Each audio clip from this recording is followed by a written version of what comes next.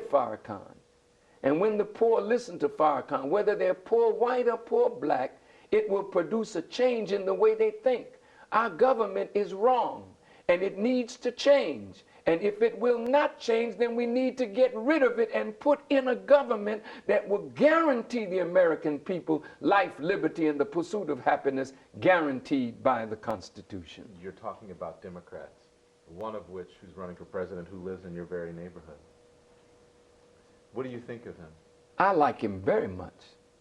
I'm not saying that I'm going to vote for him, but I like him because he's fresh.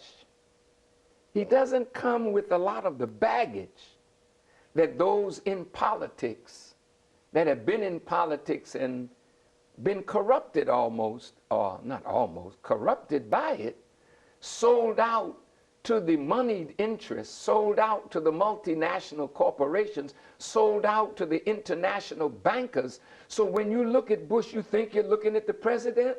There's another power behind him. When you look at Blair, you think you're looking at the prime minister. There's another power behind him. When you look at Merkel in Germany, you think you're looking at the head of state, but there's another power behind these people. And the powers that are dogging the whole world are the international bankers that finance both sides of a conflict. Do you think that Barack Obama is the answer to George Bush? No. I think he's capable of being an answer.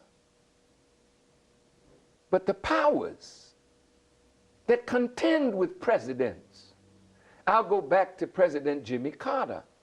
When he was a governor running for the presidency, he saw UFOs.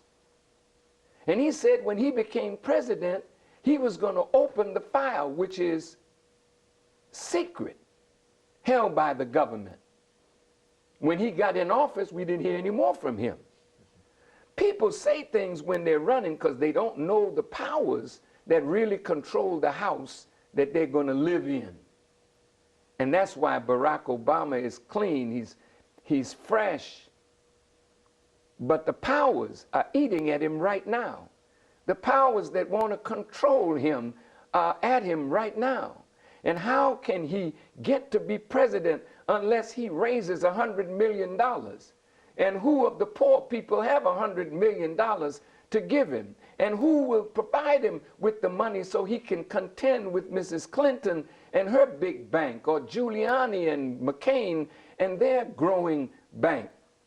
So the people that bankroll you, they're the ones that ultimately call the tune. So what are you saying? I'm saying that no matter who sits in the White House, if you don't uproot the structure that corrupts them, you still don't have a president. You have a figurehead. And frankly, that's why I say America needs a regime change. And just like you have to go into the floor when there's pipes underneath it that break and bust, you got to uproot what's under the government of the United States of America, or the American people will never have what the Constitution guarantees. Do you think Barack Obama can do that? No, absolutely not. He's a good person, and he's looking at this thing with the beautiful heart, the beautiful eye of a beautiful person. He knows some of the ugliness of politics because he's been in it long enough. But the real wickedness of the face of politics, you're looking right into the face of Satan himself. And Satan doesn't intend to be uprooted by an upstart from Chicago or Miss Clinton from New York. Satan is the boss. This is his world, and he can only be uprooted by the one that is anointed with power to uproot Satan, and that is the Mahdi, or the Christ that comes into the world. Then who can do it? Who can uproot that? I just said it. But you don't. None of these. These are victims of satanic influence.